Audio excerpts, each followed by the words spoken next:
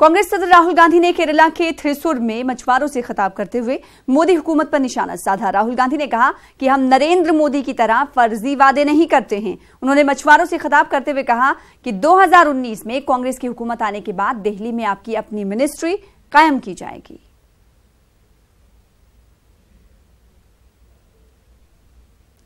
उधर कांग्रेस ने यूपी में दूसरी फहरिस्त जारी कर दी है। सुल्तानपुर से कांग्रेस उम्मीदवार संजय सिंह से बात की हमारी नुमाइंदा रंजीता झा ने। सुल्तानपुर से कांग्रेस के उम्मीदवार संजय सिंह हमारे साथ है बात करने के लिए।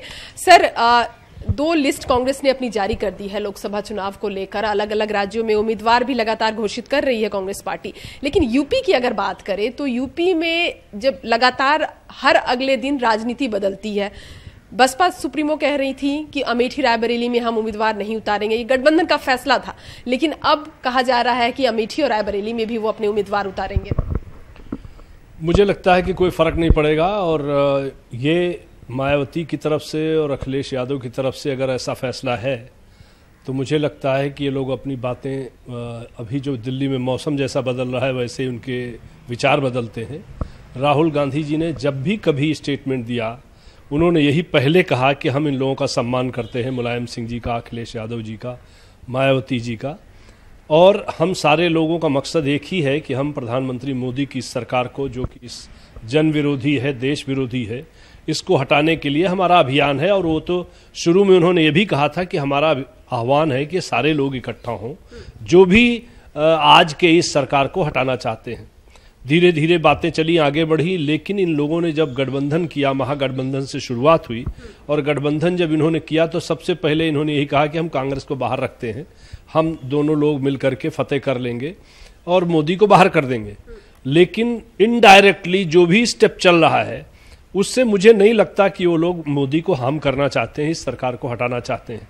अगर उन्होंने ऐसा फैसला किया है कि अमेठी रायबरेली में वो उम्मीदवार उतारेंगे तो उसका स्वागत है। जैसे हम मोदी को हटाएंगे वैसे इन दोनों को भी हटाएंगे वहां से। मतलब जो मोहब्बत थी, राजनीतिक मोहब्बत, वो धीरे धीरे अब राजनीतिक युद्ध में बदलता जा रहा है सपा बसपा के साथ। लगातार आपने भी कहा कि राहुल गांधी बहुत सॉफ्ट रहे हैं, कांग्रेस पार्टी भी बहुत आक्रामक इन दोनों पार्टियों के लिए नहीं रही है, लेकिन अब जब अमेठी और रायबरेली में वो अपने उम्मीदवार उतारेंगे तब कांग्रेस का क्या रुख रहेगा?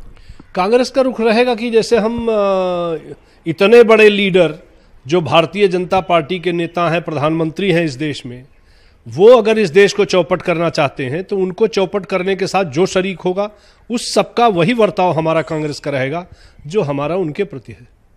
अंतिम सवाल है आपसे, जो प्रियंका गांधी पूर्वी उत्तर प्रदेश की महासचिव है, कल वो मिली है भीम आर्मी चीफ चंद्रशेखर रावत से। कहा जा रहा है कि मायावती की नाराज होने का भी यही कारण है। अब मुझे नहीं लगता कि वो भी दलित ही परिवार का लड़का है, यंग है और दलित के मामलों को लेकर के फाइट कर रहा है। सामाजिक तौर से वो कोई राजनीतिक व्यक्ति नहीं है, कोई राजनीतिक पार्टी उसकी नहीं है। अगर दलितों के किसी इशू के लिए कोई फाइट करने के लिए आएगा तो इसका मतलब मायावती समझती हैं कि ये सारा चीज़ उन्हीं की जिम्मे है, दूसरा कोई दलित की बात नहीं कर सकता। ये भी बात अजीब लगती है।